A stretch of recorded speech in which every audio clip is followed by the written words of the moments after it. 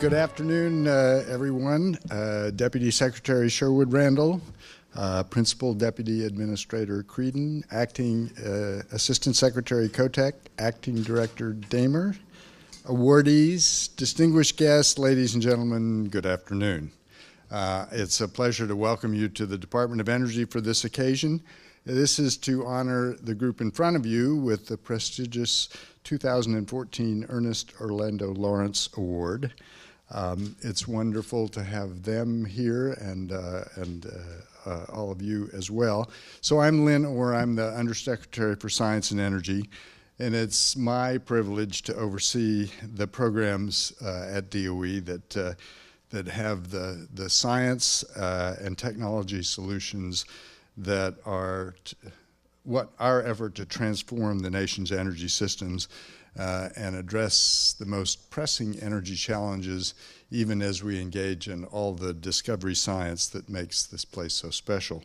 The Lawrence Awards are among the nation's oldest and most esteemed awards.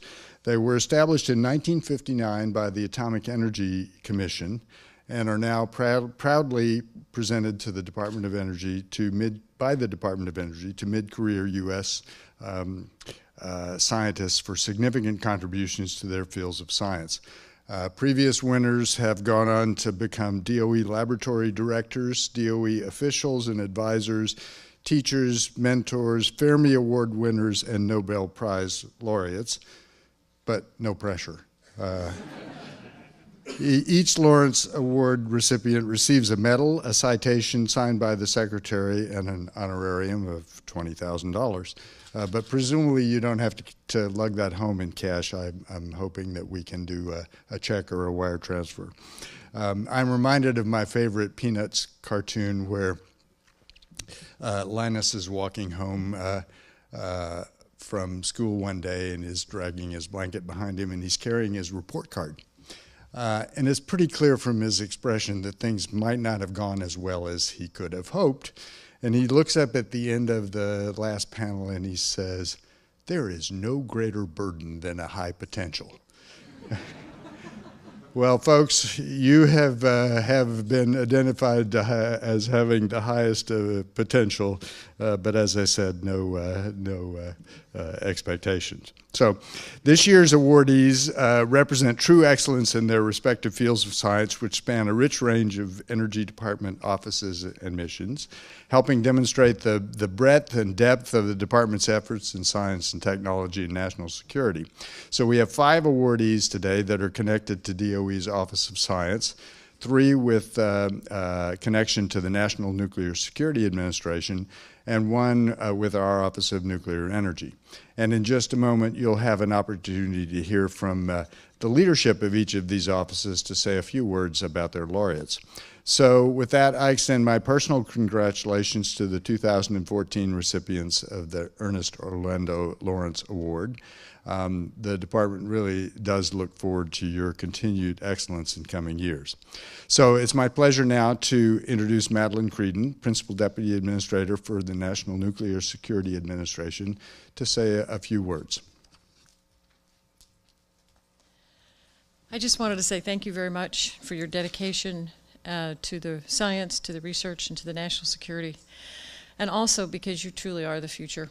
And we look to you for so many things, and yes, high expectations are a burden, but nevertheless, we continue to have them. And really congratulate you, congratulate all your families. I know it's hard work, and it does take a team, both of your research teams and that team that we all know that's always either at home or wondering where the heck we are because it's dinner time. So really, thank you very much. And thank you on behalf of the National Nuclear Security Administration. You do our labs proud, and you do all of us very proud. So thank you very much for your service. Thanks.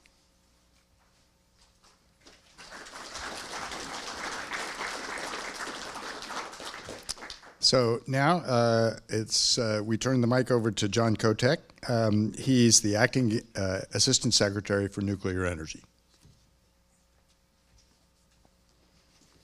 Well, thank you very much, and congratulations to all the honorees. Of course, Our honoree today is Dr. Brian Worth from the University of Tennessee. Very pleased to have him here. My organization is focused on advancing nuclear energy and its potential as a low-carbon energy resource for now and in the future.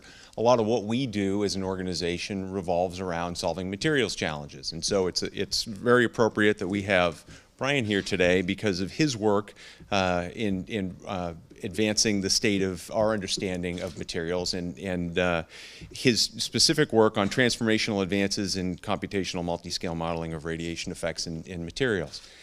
He is somebody who I have interacted with over the years. In his time, first got to know him at the University of California, and I'm pleased to say that he got his start as a Department of Energy Nuclear Engineering graduate fellow at UC Santa Barbara back in the late 90s. And so we got our hooks into him early, and he's turned out okay.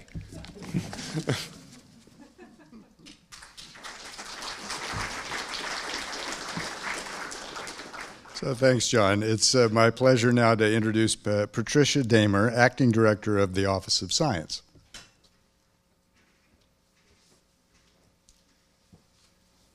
Thank you, Lynn, and congratulations to the 5 winners from the Office of Science. I'd just like to say their names and give one sentence about them. The first is May Bai.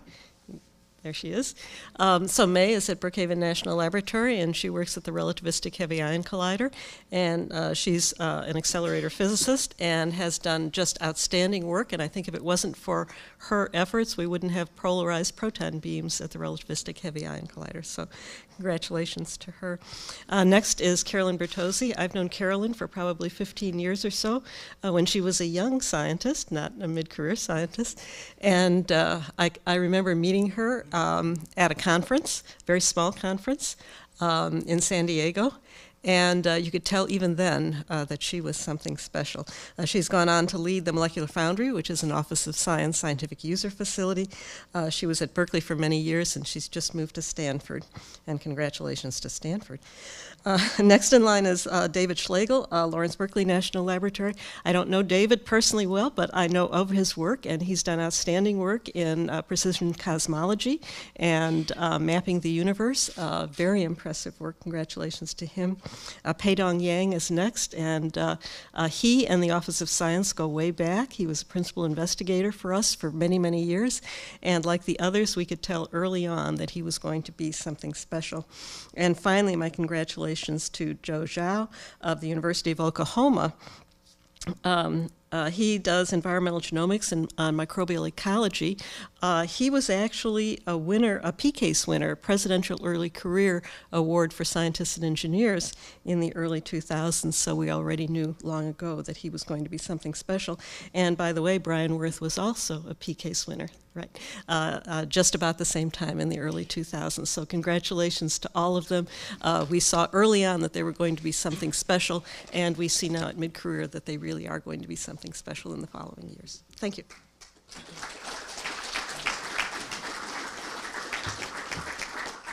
So thanks, Pat. It's now my pleasure to introduce the Deputy Secretary of Energy, Dr. Elizabeth Sherwood Randall. She currently serves as the Deputy Secretary and has since October 2014 when she joined us. Assisting the Secretary in overseeing a large and complicated organization, I can tell you that that part's true, with major implications for the nation's security and energy future.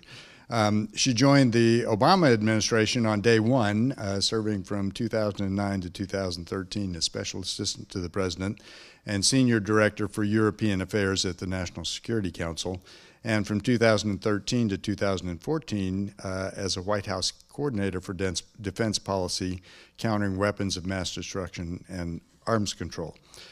Before joining the President's team, Dr. Sherwood Randall worked at Stanford University, at Harvard University, and at the Council on Foreign Relations. And in the Clinton administration, she served as Deputy Assistant Secretary of Defense for Russia, Ukraine, and Eurasia from 1994 to 1996. So those are places that have been much in the news lately, perhaps we can ask her later about all of that. She attended college at Harvard, went undergraduate school at Oxford, and was amongst the very earliest of female Rhodes Scholars. And after her education, she began her career working for then Senator Joe Biden as his chief advisor on foreign and defense policy. She was born and raised in California, married to Jeff Randall, a neurosurgeon, and has 2 teenage sons. So please join me in welcoming Deputy Secretary of Energy Elizabeth Sherwood Randall.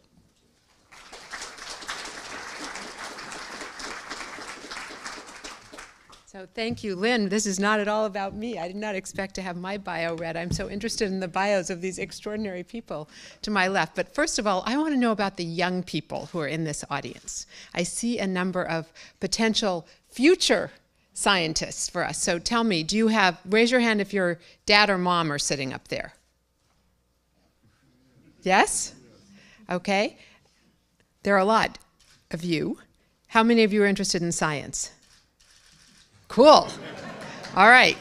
Well, so this is that successor generation that we need.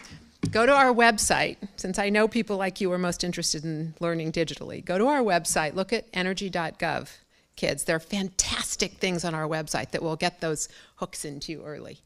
So I am stalling a bit because I have word that our Secretary of Energy has returned from Capitol Hill, where he has been grilled all morning on the Iran nuclear deal that he recently negotiated in Vienna, and he really wants to be here to do this. So I'm going to say a few words, and then I believe he's going to seize the podium from me. These awards are, as you heard, a tradition that predates the formal establishment of our department. And they're among the most prestigious awards that are given by the United States government. This is our opportunity to give thanks to the outstanding mid-career scientists who make this department what Secretary Moniz calls the S&T powerhouse of the nation. He says that very proudly to many audiences. I've heard him say it to the President of the United States. Everyone in this department contributes to our leadership, and there are hundreds of teams whose work leads to the advances that have transformed life in America and around the world, and there's much more to come. These awardees have earned this special recognition because of their leadership, their creativity, their resourcefulness, and their sheer scientific skill. This ceremony is also an important way to remember Ernest Lawrence and his legacy of big science in America. His development of the cyclotron was to nuclear science what Galileo's invention of the telescope was to astronomy. And his significance was much more. His pioneering use of multidisciplinary teams of scientists and engineers helped to establish today's network of DOE's national laboratories, especially, of course, Lawrence Berkeley and Lawrence Livermore. And we stand on his shoulders today in so many ways. We want to honor the 9 of you, and I'm hopeful that Ernie might walk in the door just now because he really wanted to do this himself. I could provide a little more on each individual. Shall I do that, Lynn, while we await his arrival? We heard some from Pat and others. I'm going to summarize a bit more about each of your achievements. May Bai of Brookhaven is being honored for her contributions to fundamental nuclear physics, enabling better understanding of the proton, as you heard from Pat. Carolyn Bertozzi of Stanford, we honor for transformative discoveries in complex carbohydrates and for innovative nanotechnologies to probe biological systems. And I have a young son who's going off to Stanford in the fall. I'm going to send him to your course. Pavel Bochev of Sandia National Lab. His pioneering theoretical and practical advances in numerical methods are helping to solve a wide array of problems relevant to DOE's missions. Eric Dors of Los Alamos is being honored for his leadership in developing next-generation nuclear explosion sensing and detection systems, advancing our non-proliferation mission, one that's been so much, of course, in the news in the last weeks. Christopher Fryer, also of Los Alamos, is being honored for major advances to answer fundamental questions in astrophysics, computation, multiphysics, and high-energy density science. David Schlegel of the Lawrence Berkeley Lab has demonstrated leadership of major projects that have expanded our understanding of matter and energy in the universe and made precision cosmology one of the most important new tools of high-energy physics. Brian Worth from the University of Tennessee is being honored for transformational advances in modeling of radiation effects in materials and for their contribution to improved fission and fusion energy technologies. Peidong Yang of UC Berkeley. His discoveries advancing synthesis and understanding of nanoscale materials have helped improve numerous important applications and devices. And last but not least, Joe Zhao of the University of Oklahoma is being honored for advancing our understanding of environmental, functional genomics, and microbial ecology systems.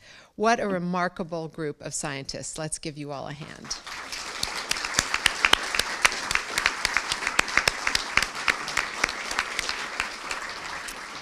I've often said as I've made my way around the labs in our extraordinary national treasure of these 17 labs, really a jewel in the crown for this country, that our greatest strength as a department is not our equipment, not all those extraordinary things at these laboratories that we go to visit, but it's our people.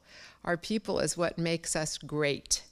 And your curiosity and your ingenuity and your persistence are the essential ingredients. Yes, it's true that we build unique capabilities for the world, not just for the nation. We know how many users come to take advantage of the facilities at our labs, but it's these individuals with their brain power that make us who we are and keep us on the cutting edge of science and technology innovation. So thank you for the groundbreaking research that you are doing. Thank you for the inspiration that you provide to those who will follow in your footsteps, we hope. We want to celebrate this both for your achievements and also to inspire a next generation to continue in this important work.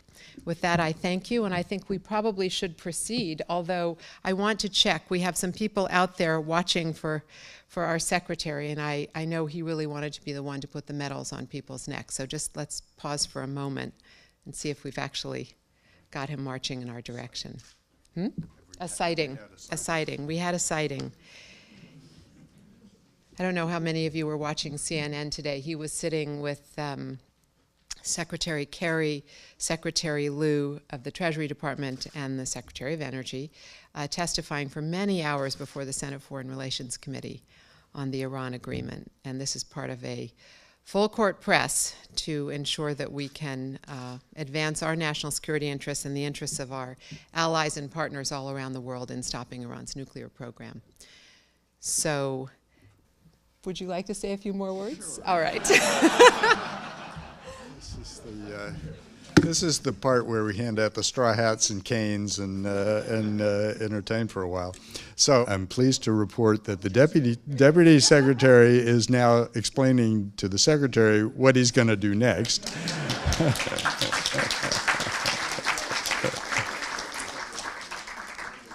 Thanks, Lynn. Thanks, Liz. I really do apologize for this disruption because this is one of my favorite days of the year. So I just really wanted to be here. But as many of you know, we last week actually announced this Iran agreement. We have a very intense 2 months now in the Congress, so it's been 5 hours yesterday, 6 hours today up on the Hill working on this, but I really didn't want to take part in this, and I'm sure their jokes were excellent to keep things going. But I'll just say a few words. First of all, pivoting off of this Iran negotiation issue, and obviously here we have a number of our awardees from national labs, others, of course, universities, often, I think, working with our with our programs, of course, closely.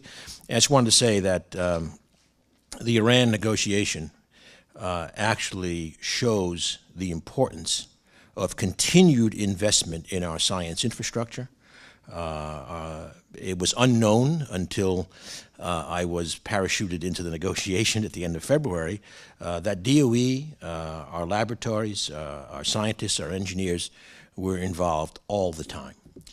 They were there providing the technical analysis that underpinned everything.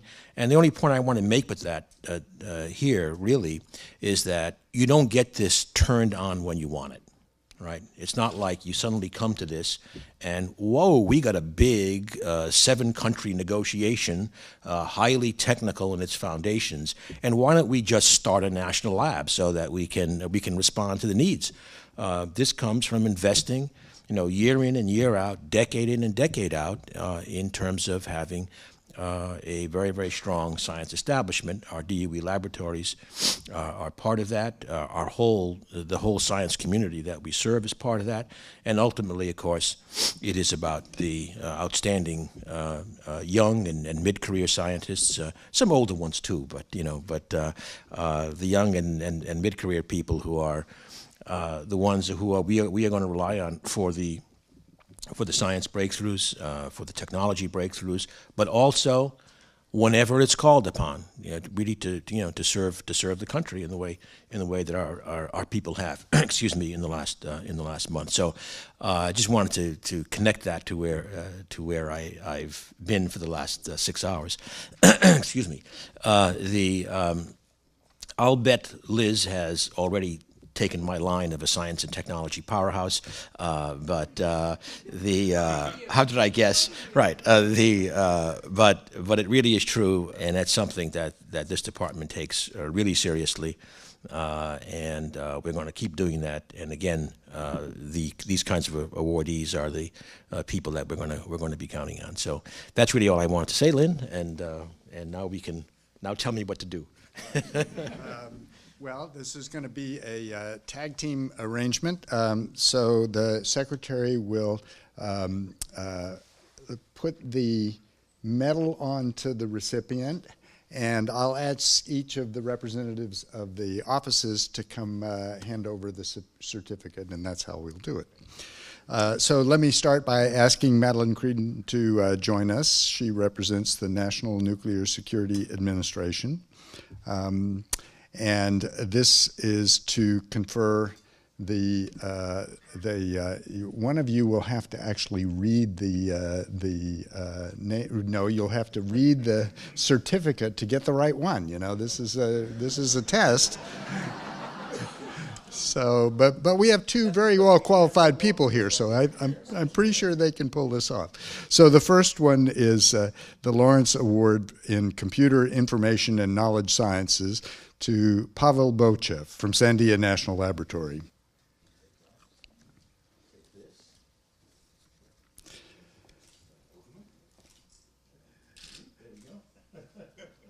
So this award is for pioneering advances.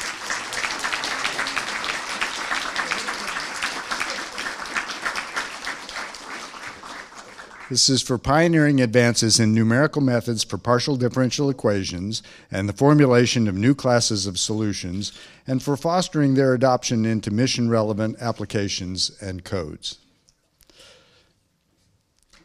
Congratulations. I have to say that having spent a good portion of my career solving partial differential equations numerically, I appreciate how hard it is and that's why I'm here in an administrative job, right?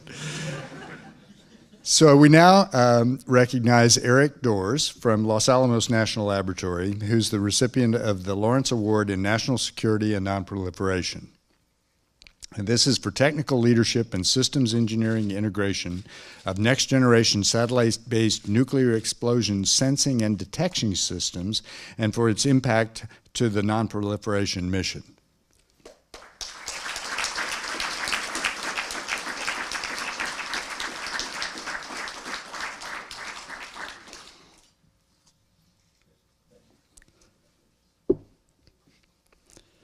We now recognize Christopher Fryer, Los Alamos National Laboratory, who's the recipient of the Lawrence Award in Fusion and Plasma Science. This is for seminal advances in theory and modeling, answering fundamental questions in astrophysics, for achievement in computational multiphysics, and for contributions impacting high energy density science.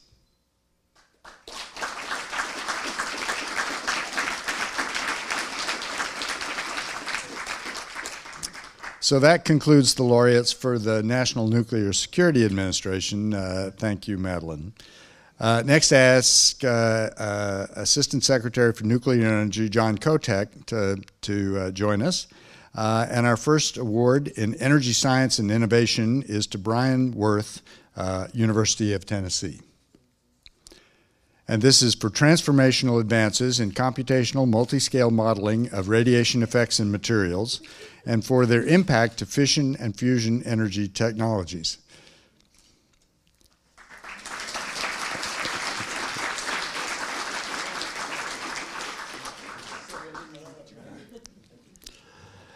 So next, we move to the Office of Science. Pat Damer, the director of the office, will join the secretary.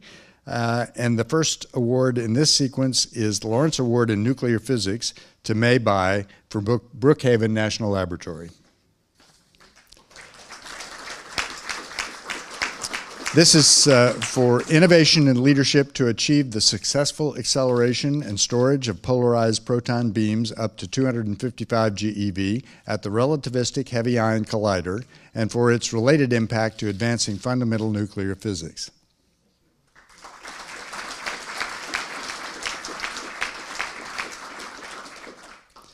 We now recognize Carolyn Bertozzi, Stanford University, who recently transitioned from that other university across the bay, University of California, Berkeley. She's the recipient of the Lawrence Award in Atomic, Molecular, and Chemical Sciences for transformative discoveries in the chemistry and biology of complex carbohydrates and for innovating nanotechnologies to probe biological systems, optimize bioreactors, and develop tailored devices and materials.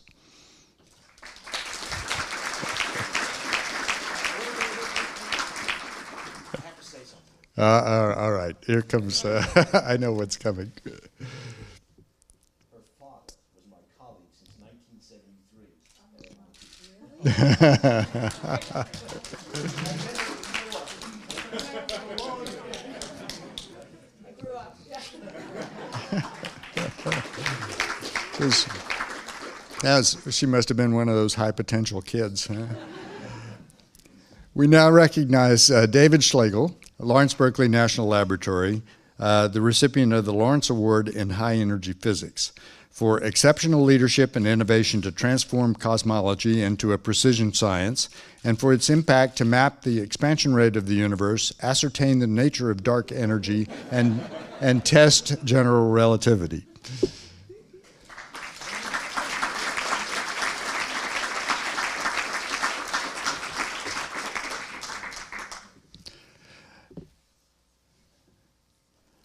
So we now recognize Peidong Yang, University of California, Berkeley, the recipient of the 2014 Lawrence Award in Condensed Matter and Material Sciences.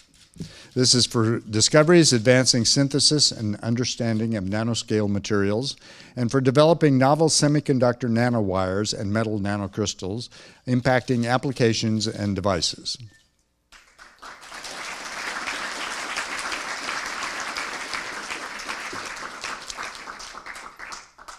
And finally, we recognize Jizhong Zhao of the University of Oklahoma, recipient of the Lawrence Award in Biological and Environmental Sciences, for seminal discoveries advancing understanding in environmental functional genomics and microbial ecology systems, and for innovative development of metagenomics technologies.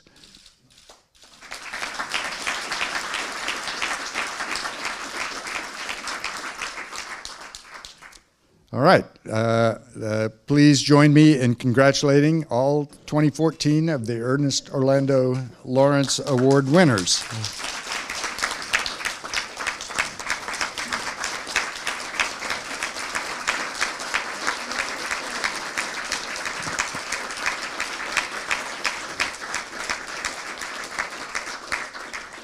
So now we get to hear from the award winners themselves.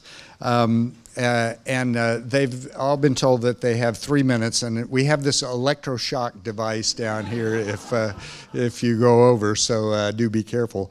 But we'll start with Dr. Bochev. I wasn't actually told about the shock. It was classified until now. Okay. Well, 25 years ago, I landed not far from here in Dallas Airport with just a backpack, a duffel bag stuffed with books, and I guess equal share of apprehension and excitement about my new country. And it has been an incredible journey ever since. It started at Virginia Tech. I was fortunate enough to work with Max Gansberger, who is a world-class scientist, but also an amazing advisor who treated us as a family. Max taught me the tools of trade. He took me to my first football game, and he also introduced me to sushi and buffalo wings, a new experience for me.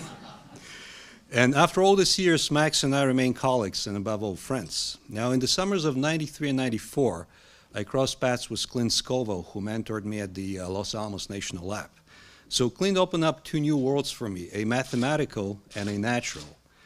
We worked on symplectic integrators, watched the Perseids, cruised New Mexico in his '63 Chevy, and ate pozole in the Pueblo where he lived.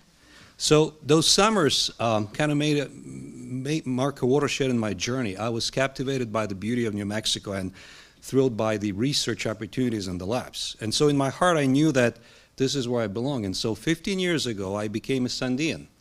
So my new colleagues were exceptional scientists and engineers. They were passionate about our mission, and they were eager to share its challenges with me. So their work and Sandia's mission became a source and inspiration for many of the problems I took on.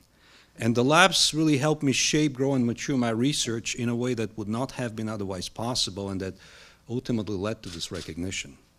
So I'm proud to be a part of the DOE complex with its rich history of cutting-edge scientific discovery, research, innovation, and unique role in our nation's security.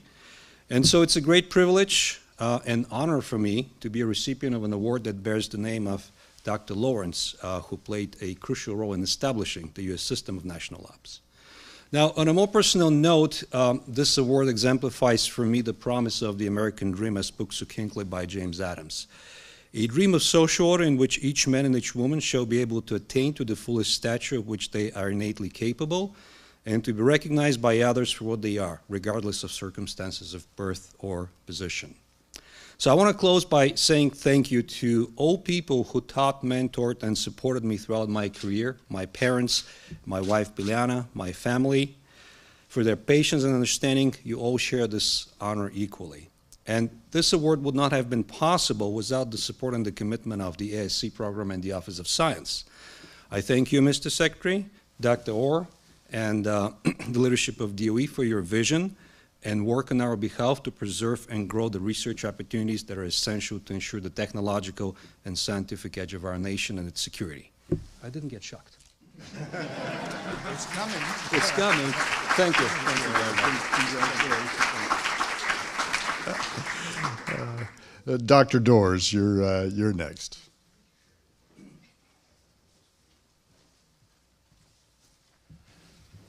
Thank you very much. It's an honor for me to be here today. And when I reflect on this, I arrived in Los Alamos about 17 years ago with my wife, and what our representative Heather Wilson called the National Laboratory at the end of the dead-end dirt road, and for hoping to participate in some great science. And actually, I went there to work on some wonderful collaborative programs we have with the NASA. And I hadn't really no idea what national security science was. But through those programs and through a great many mentors I had, I learned that we can apply science, basic science, to provide high-risk, high-payoff playground to develop all the tools we need for a science-based national security system, and something we have come to call scientific deterrence. And really, if we can do all these open things to show our prowess and our capabilities, and when we're doing non-proliferation, it really provides us an unclassified messaging to tell our adversaries where our capabilities are.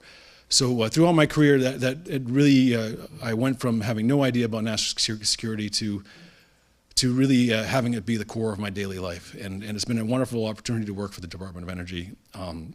Along the way, there have been many sacrifices by a great many people that I represent here on the stage. First and foremost, my wife Kristen and my family. They're excuse me. As Deputy Secretary pointed out, there have been many missed dinners and missed anniversaries and things, so thank you for your support. I've also had a wonderfully supportive upper management at Los Alamos, and I wish to thank them for their continued support. I have 100 people that were on my team developing this instrument that we launched into space, and they're all working very hard and have a very strong passion for national security. The Office of Nonproliferation Research and Development has been there, and from the day I took over for that project, was always there to help me and support me with the budget we needed to be able to make the achievements that we did on a very short time scale. And I can't go into details, but there's a number of other agencies across the government that were half dozen agencies that were critically important, and a wonderful partnership was developed with the Department of State and the Department of Defense and others to make this delivery possible. So I accept this award humbly with the note that I really am representing that large team here today. So thank you very much.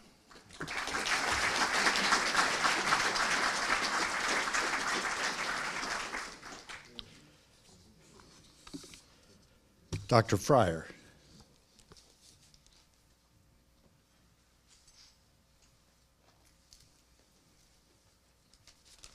So first and foremost, I'd like to thank my many collaborators and my family, and especially my kids, because they've had to endure many, sometimes heated discussions with my longest-term collaborator, scientific collaborator, my wife and their mother. In fact, I remember one of the discussions we've had where it got maybe a little bit more heated than otherwise, and we looked over at our shell-shocked daughter. She's thinking, "Oh my goodness, what's happening?" And we had to disclaim, "No, this is a science discussion. We're good." So that's worked out very well. They've been very patient with us.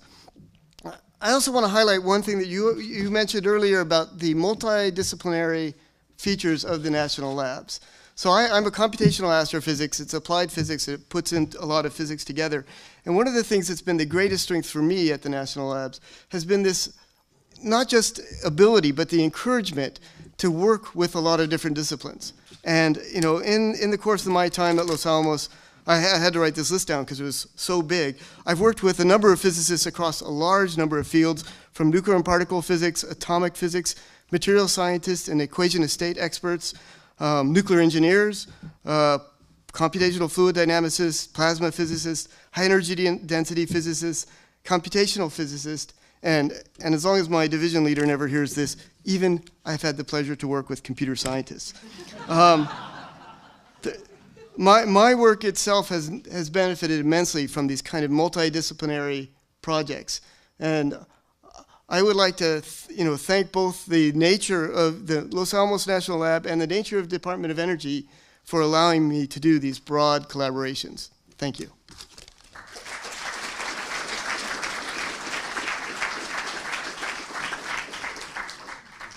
Dr. Worth.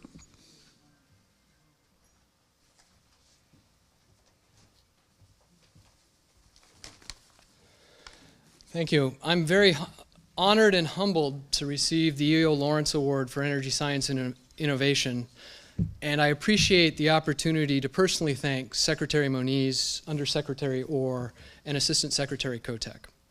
I have, as John mentioned, had the good fortune of having sustained funding from DOE from the time I graduated as an undergraduate and went to the University of California, Santa Barbara.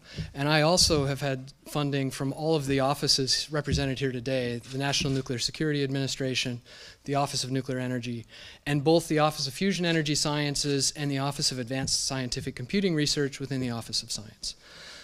There's a great number of representatives here today from both the Office of Fusion Energy, Thank you, Ed and Jim and Jean, and the Office of Nuclear Energy. Thank you, Dan and others, and I appreciate you being here. I am also indebted to my PhD advisors at UC Santa Barbara, Bob Odette, Jean Lucas, and Dimitri Maroutas, for the rigorous guidance, training, and friendship during my PhD as we developed a framework for computational multi-scale modeling that's experimentally validated. And I, as others have noted, am very fortunate to call my advisors colleagues and friends today. During my PhD, I was inspired by the research and career of Ernest Lawrence as I learned of the amazing history of the Manhattan Project and the beginning of nuclear science and engineering. Following my PhD, I moved to one of the laboratories named for him, Lawrence Livermore National Lab, before joining the faculty at UC Berkeley, where I also held a faculty scientist appointment at Lawrence Berkeley National Lab. So very clearly, the early part of my career was chasing Lawrence's legacy. And that, to me, makes this award very, very special. I moved to the University of Tennessee in Oak Ridge National Laboratory 5 years ago, and I am very grateful to the administration of the university, UT Battelle Alliance and Oak Ridge National Laboratory, and I greatly appreciate the folks from there that are here today. Wes Hines, Dean Wayne Davis, and my good friend and colleague Steve Zinkel, who spearheaded the efforts to prepare the nomination package that has me standing here today. During the past 5 years, I've also had the privilege of working for CASTLE, the Department of Energy's Energy and Innovation Hub for Nuclear Energy. And with Chris Stanek, we have worked very hard to employ a multi-scale materials modeling methodology from a top-down engineering perspective. And I am greatly appreciative to Chris for the many long hours of collaboration and sometimes pulling our hair out. I would also like to acknowledge the program for the scientific discovery of advanced through advanced computing, the SIDAC program, and they have been supporting our efforts for multi-scale materials modeling and plasma surface interactions for the past few years. And I must admit, feeling a little guilty that not only myself, but some of our colleagues are skipping this afternoon's version of the SIDAC PI meeting to be here. This award is also a very fantastic recognition of the enormous number of student and postdoctoral researchers that I've had the pleasure of working with when I was at UC Berkeley and the University of Tennessee, along with a very wide network of multidisciplinary collaborators at institutions across the entire National Laboratory Complex, as well as many universities. I cannot personally acknowledge them all here. In fact, I'm worried that the buzzer is going to go off, but I'm very thankful nonetheless to work with such an outstanding group. Finally, and most importantly, I need to thank my family for, as the Deputy Secretary noted, all their love, support, and in particular, their patience and understanding for the many times I was on the road to develop and perform the research activities for which I'm being recognized. Thank you very much.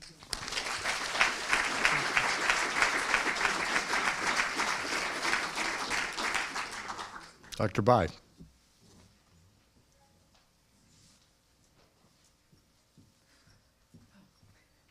Very nervous. First of all, I'd like to thank Secretary Malise and Professor Orr, Deputy Secretary and Office of Science, and for giving me, and the award committee, and giving me such a prestigious award.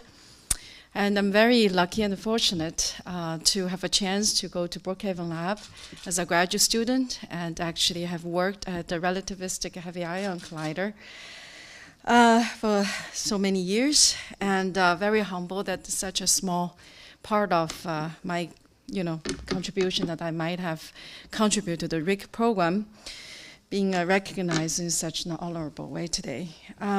So to me, most importantly, this award is the recognition of the significant contribution of the RIC program, especially the 500 GeV polarized proton program, to our fundamental understanding of the matter in the universe, the nuclear physics, and also the recognition of the entire RIC team, hundreds of colleagues across the world, the physicists, engineers, technical and administrative staffs that I have the fortune to work with.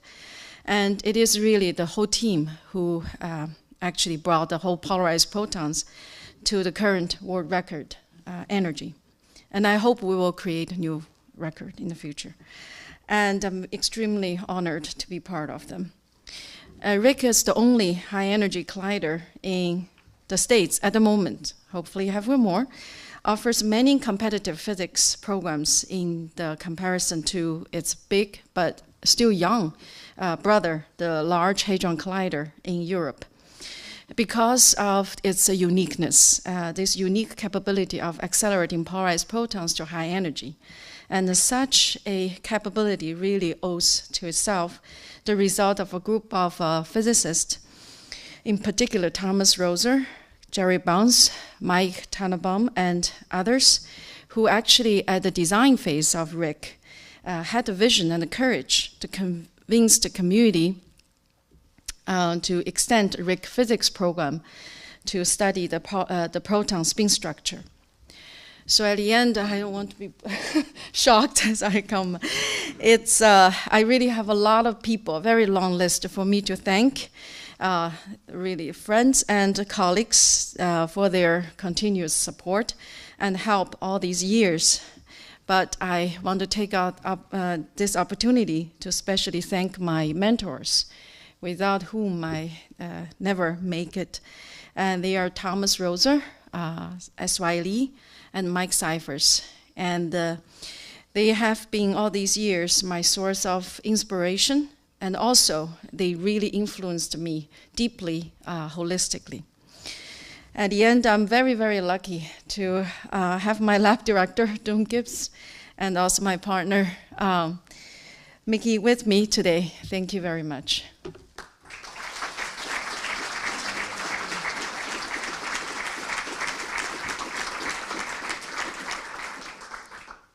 Dr. Bertozzi.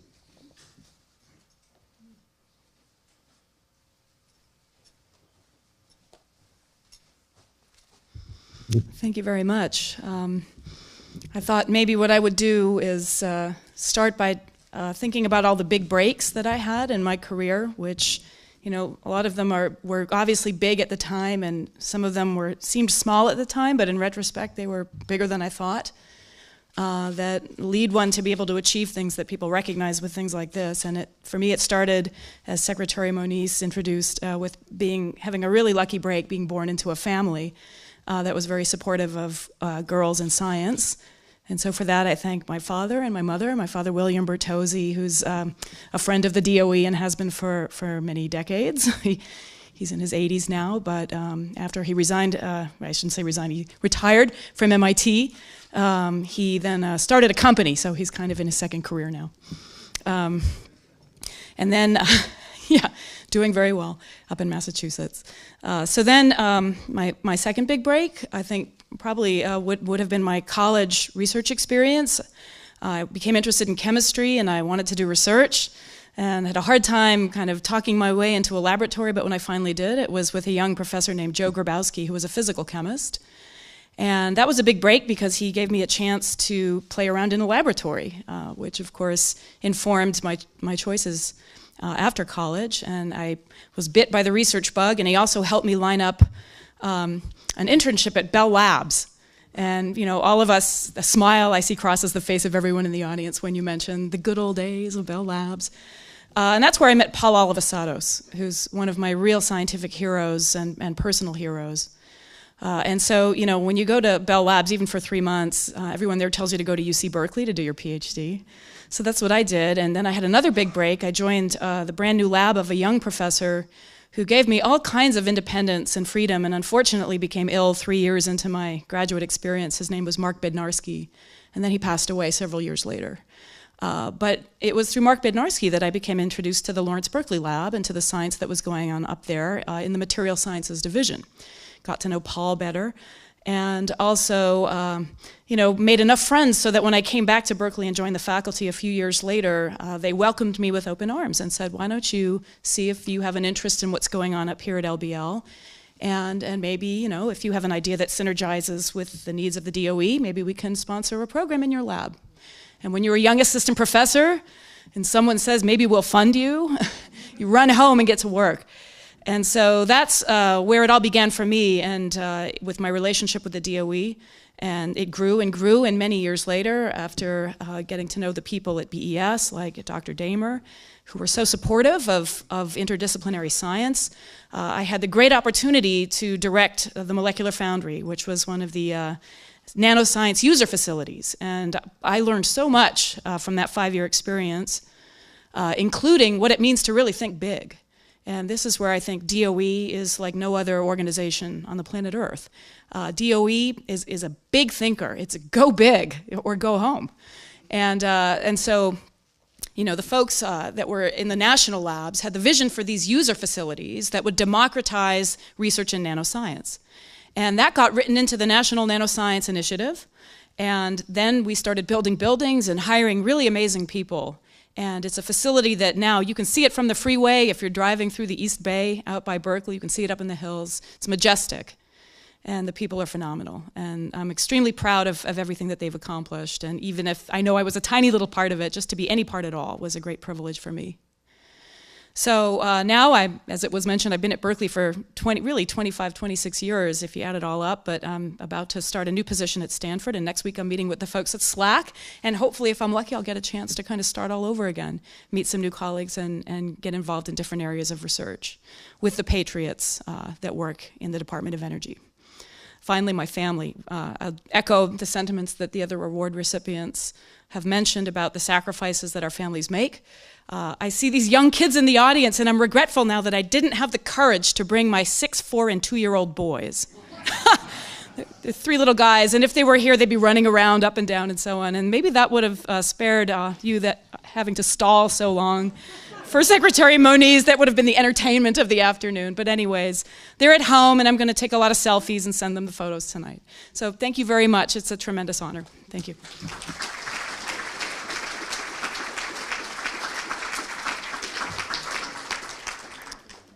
Dr. Schlegel.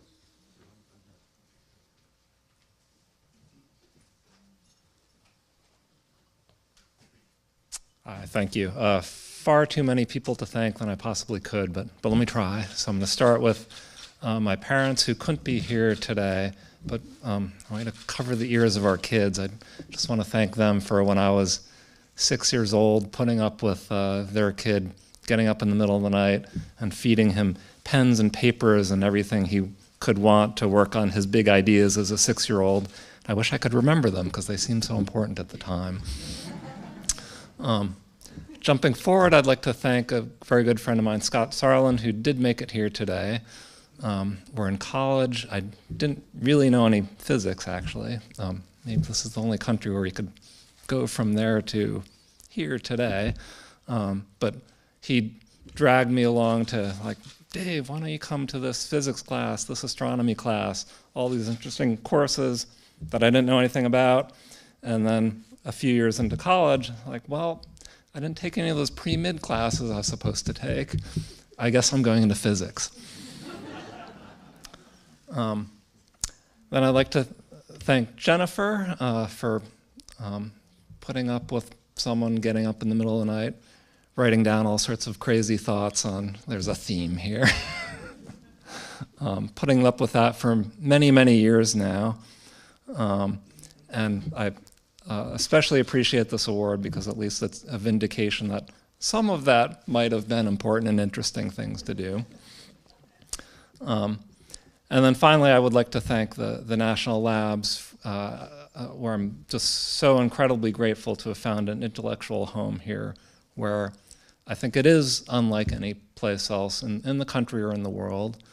And in order to do the big science that I'm working on today, it's not enough to just have a good idea. That's actually the easy part right now. The good ideas are, let's figure out what's going on.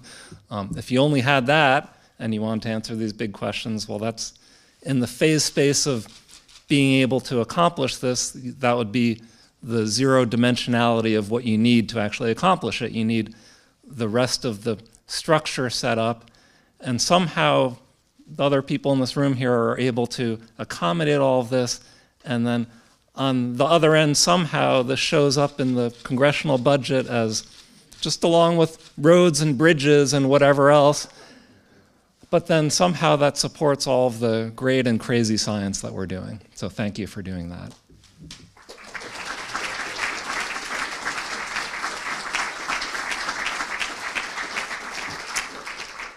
Dr. Yang.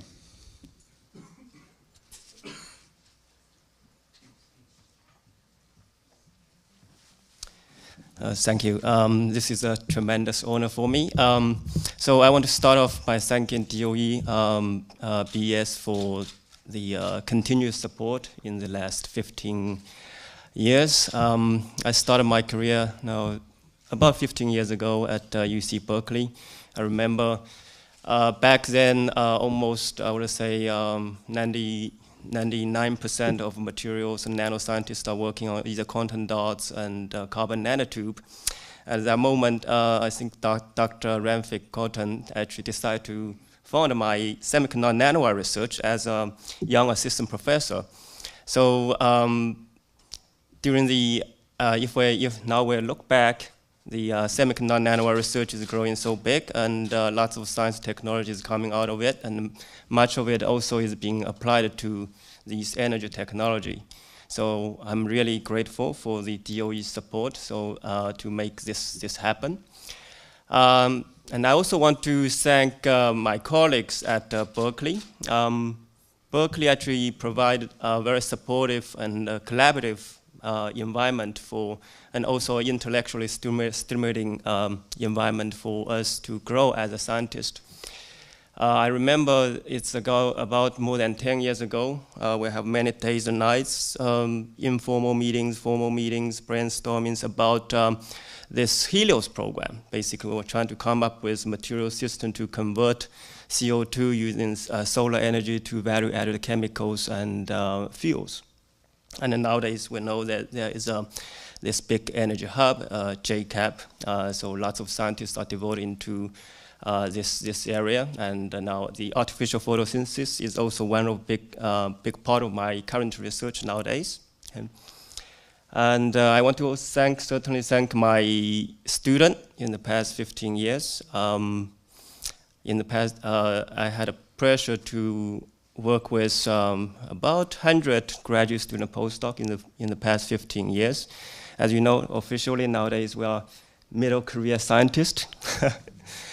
So very often we are just having ideas. So the students and postdocs are the real hero to make these ideas work. So I'm really grateful for their hard work and also their input to these exciting research efforts. And finally, I want to thank my family. My wife and a daughter is here, and I want to thank them for their patience and the support again in the past many years. Again, thank you.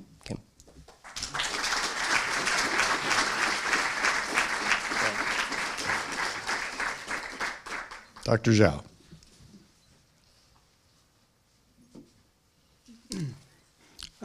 So it's good to be last, because I can speak as long as I want, right? Okay, so dear Secretary Moniz, so Secretary O, so Director Dema, DOE program managers, staff, colleagues, friends, and family. So it's a great honor for me to be receive the Lawrence Award for Biological and Environmental Science 2014. So I would like to take the majority of time to express my gratitude to different people. So first, I would like to appreciate DOE support over many years. So within OBR, so I would like thank the DOE program managers and directors such as Shani Resurrex, Todd Anderson, Jill Graber, Dan Juel, many others, as well as the former OBR director, Polly Masana. Also, I would like to give my deep thanks to my mentors, such as Jim Tiji, Andy Kanachoffs, and Tony Polambo, as well as like some my mentors in China, so like Ma Sujima and Chang Mingzhen. Over the years, it's fortunate that you say I have many collaborators, such as Taylor Hazen, Adam Arkin, David Storr, Paul Adam, Mary Firestones, Lisa Oliver Rice Cohen, so Craig Corrido, and Gary Anderson. So they gave me a lot of support. So without their support, it will be not impossible for me to receive this award. Also, you say over the many years, I have very nice, very supportive bosses. When I was at the Oak Ridge National Laboratory for 10 years, now I'm at the University of Oklahoma. So I get a lot of support from the university administrations. So also, over the years, so I have had about more than 200 research staff, postdoc student, and visiting scientist. So this work will be not possible without their hard working and the contributions. So finally, so I would like to thank my family. So my daughter and my son. My son is here actually. So my parents and the parents-in-law. Especially, I would like to thank my wife, Cindy Shi, so for her love, support, encouragement. Actually, over the years, she has taken off essentially all their family issues. So I did not spend much time on this. That's why I can focus on the research. So really, this work is also for you, Cindy. So in close with science, with rapid advance in genomics and technologies, so we are really in the golden time to study microbiology. So we are facing a lot of problems in energy and the environment. So many of the problems are related to microbiology. So many of you, maybe you know Samuel Ting at MIT. So several years ago, so both of us were invited to a special event. So then he gave a speech. I think it's very interesting. He said, science only has number one, no number two. So I know that I'm not as good as him, but you say I would do, if I would devote my next 20 years for microbiology, so to study microbiology, to explore new areas. So try to do my best, try to number one, not number two. So with that, I will close. Thank you.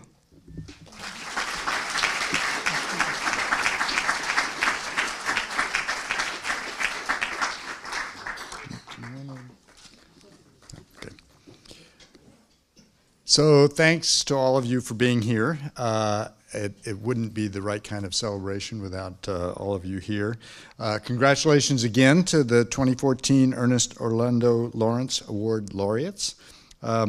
Those of you in the audience, we have a reception upstairs in the cafeteria, and when you go out, we'll direct you to the escalators. Those of you in the U-types and these folks need to stay here for pictures, and then we'll be upstairs shortly. So thank you all for coming.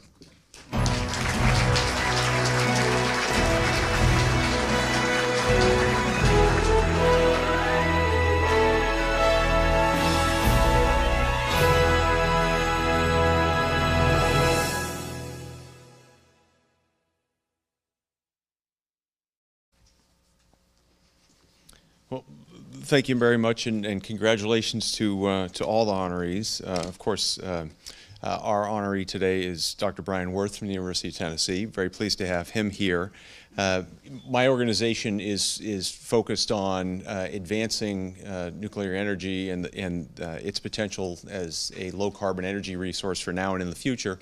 A lot of what we do as an organization revolves around solving materials challenges, and so it's very appropriate that we have Brian here today because of his work in advancing the state of our understanding of materials and his specific work on transformational advances in computational multi-scale modeling of radiation effects in materials. He is somebody who I have interacted with over the years in his time. First got to know him at the University of California.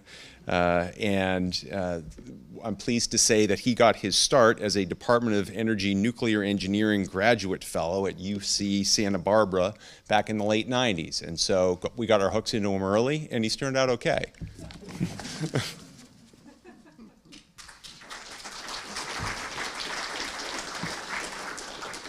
So thanks, John. It's my pleasure now to introduce Patricia Damer, Acting Director of the Office of Science.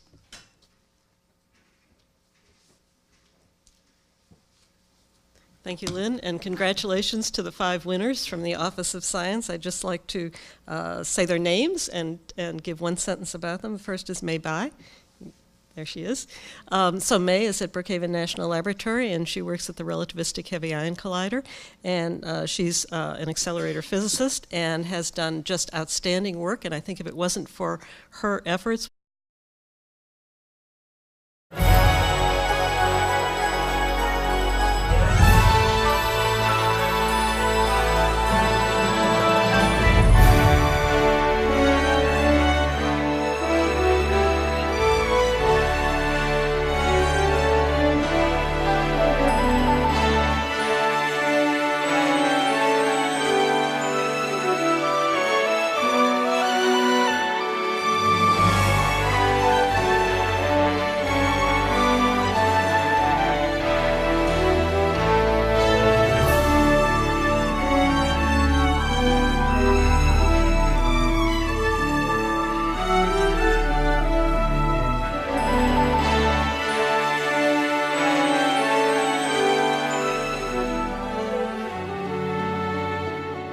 Good afternoon, everyone. Deputy Secretary Sherwood Randall, Principal Deputy Administrator Creedon, Acting Assistant Secretary Kotek, Acting Director Damer, awardees, distinguished guests, ladies and gentlemen, good afternoon. It's a pleasure to welcome you to the Department of Energy for this occasion. This is to honor the group in front of you with the prestigious 2014 Ernest Orlando Lawrence Award. It's wonderful to have them here and all of you as well. So I'm Lynn Orr, I'm the Undersecretary for Science and Energy, and it's my privilege to oversee the programs at DOE that have the science and technology solutions that are what our effort to transform the nation's energy systems and address the most pressing. We wouldn't have polarized proton beams at the relativistic heavy ion collider, so congratulations to her. Next is Carolyn Bertozzi. I've known Carolyn for probably 15 years or so when she was a young scientist, not a mid-career scientist, and I remember meeting her at a conference, very small conference in San Diego. And you could tell even then that she was something special. She's gone on to lead the Molecular Foundry, which is an Office of Science scientific user facility. She was at Berkeley for many years, and she's just moved to Stanford. And congratulations to Stanford. Next in line is David Schlegel, Lawrence Berkeley National Laboratory. I don't know David personally well, but I know of his work, and he's done outstanding work in precision cosmology and mapping the universe. Very impressive work. Congratulations to him.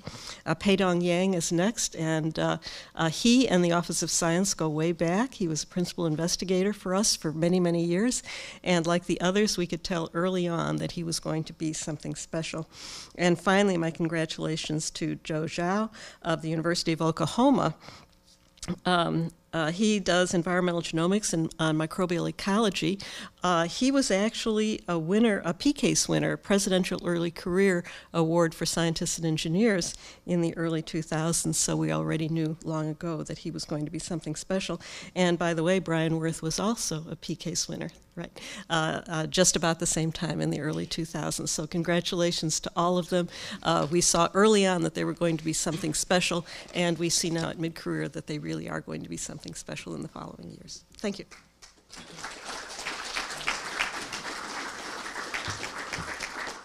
So thanks, Pat. It's now my pleasure to introduce the Deputy Secretary of Energy Challenges, even as we engage in all the discovery science that makes this place so special.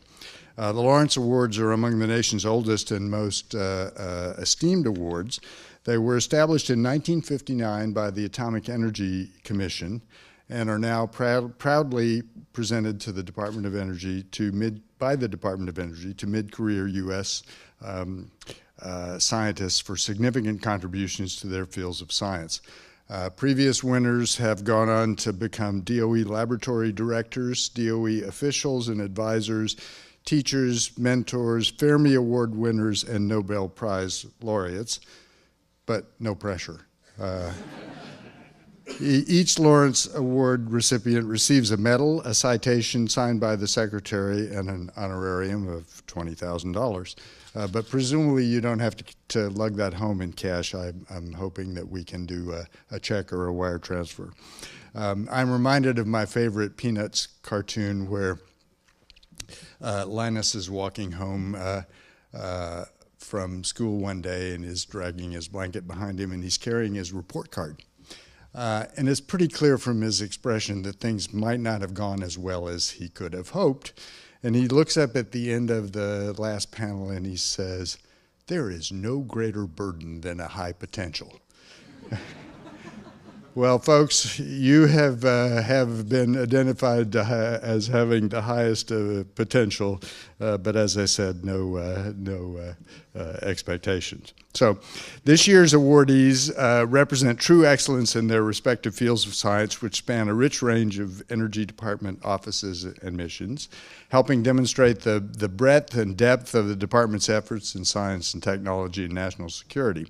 So we have 5 awardees today that are connected to DOE's Office of Science, 3 with connection to the National Nuclear Security Administration, and one with our Office of Nuclear Energy. And in just a moment, you'll have an opportunity to hear from the leadership of each of these offices to say a few words about their laureates. So with that, I extend my personal congratulations to the 2014 recipients of the Ernest Orlando Lawrence Award. The department really does look forward to your continued excellence in coming years. So it's my pleasure now to introduce Madeline Creedon, Principal Deputy Administrator for the National Nuclear Security Administration, to say a few words. I just wanted to say thank you very much for your dedication to the science, to the research, and to the national security, and also because you truly are the future. And we look to you for so many things, and yes, high expectations are a burden, but nevertheless, we continue to have them. And really congratulate you, congratulate all your families.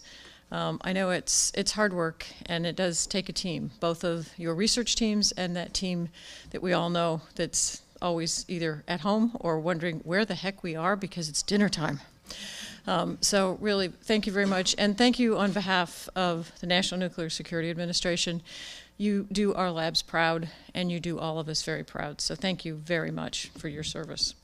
Thanks.